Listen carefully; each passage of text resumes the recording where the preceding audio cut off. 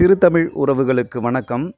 அன்பார்ந்த ஆசிரியர்களே, இன்று நண்பகல் மதுரை உயர்நீதிமன்றத்திலிருந்து ஒரு இடைக்கால தடை பிஆர்டி நியமனங்களை மேற்கொள்ள இடைக்கால தடை என்பது குறித்து நம்ம காணொலியாக பதிவிட்டிருந்தோம். அது குறித்து முழு விவரம் பின்னார நம்ம காணொலியாக பதிவிடப்படும் என்று நம்ம சொல்லியிருந்தோம்.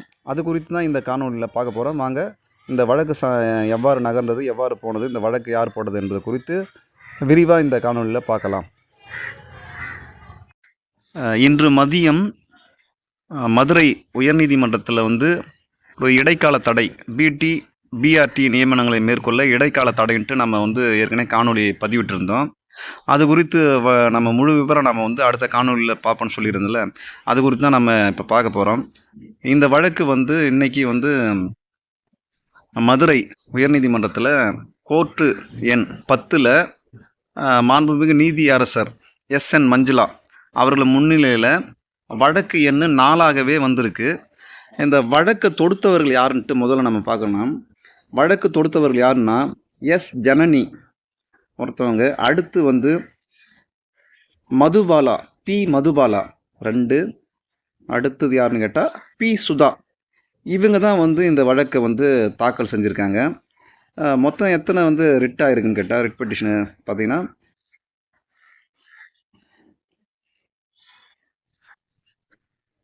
ஒரு 12 ரிட் பெட்டிஷனு போட்டு இந்த வழக்கு இன்றைக்கி மதுரை உயர்நீதிமன்றத்தில் வந்திருக்கு.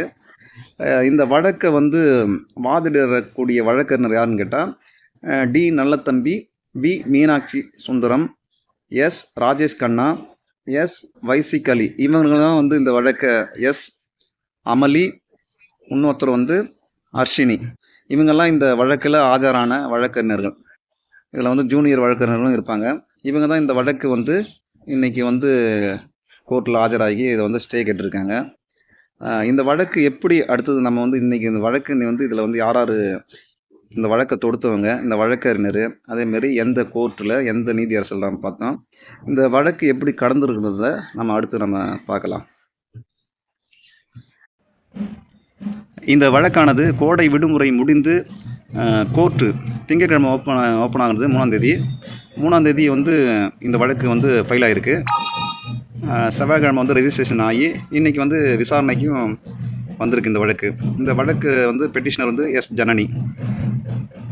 இந்த வழக்கு வழக்கறிஞர் நம்ம ஆல்ரெடி சொல்லியிருந்தோம். நல்லத்தம்பி, மீனாட்சி சுந்தரம், ராஜேஷ் கண்ணா, வைசிகலி, அமளி, அர்சினின்ட்டு நம்ம சொல்லியிருந்தோம்.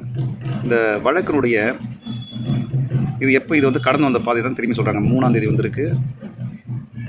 இப்போ வழக்கு ஸ்டேட்டஸ் பெண்டிங் காமிச்சிருக்காங்க. இவங்களுடைய மெயினான ப்ரேயர் என்னன்னு கேட்டால் ஆர்டிகல் 226 படி மாண்டமஸ் பிரகாரம் இவங்க இது பண்ணியிருக்காங்க. அதாவது இந்த ஃபைனல் கீ ஆன்சர் வெளியிட்டாங்கல்ல, அதை சரியான விடையை கேட்டிருக்காங்க. ரீ எக்ஸாம் இல்லைனா ரீ எக்ஸாம் வைக்க சொல்லி கேட்டிருக்காங்க. அவங்க கோரிக்கை தான் மெயினான கோரிக்கை.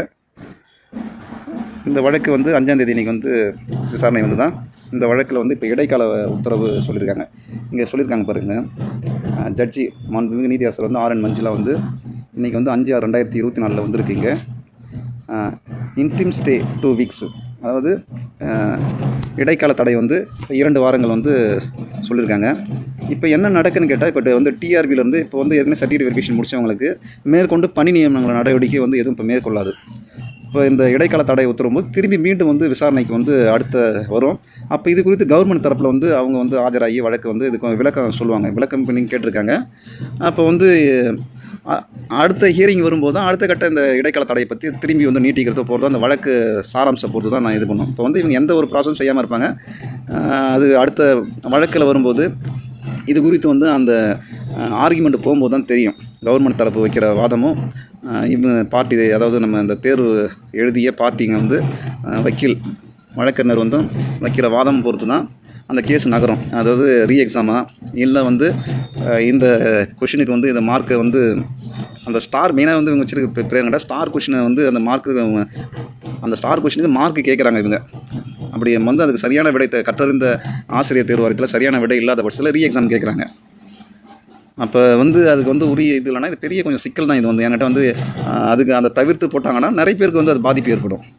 ஏன்னாட்டா அது வந்து அந்த மார்க் ஒரு அரை மார்க்கு கூட வந்து வெற்றியை தீர்மானிக்கக்கூடிய ஒரு நிலையில் இருக்கும்போது இத்தனை கொஷின் நீங்கள் தப்பாக பண்ணும்போது அந்த இடத்துல இப்போ எக்ஸாமில் வந்து செலக்ட் ஆகாதவங்க கூட சொல்லுவான் அந்த ஒரு கொஷின்லாம் என்னுடைய வாய்ப்பு பறி போச்சு அப்படின்ற ஒரு கேள்வி எழும்பும்.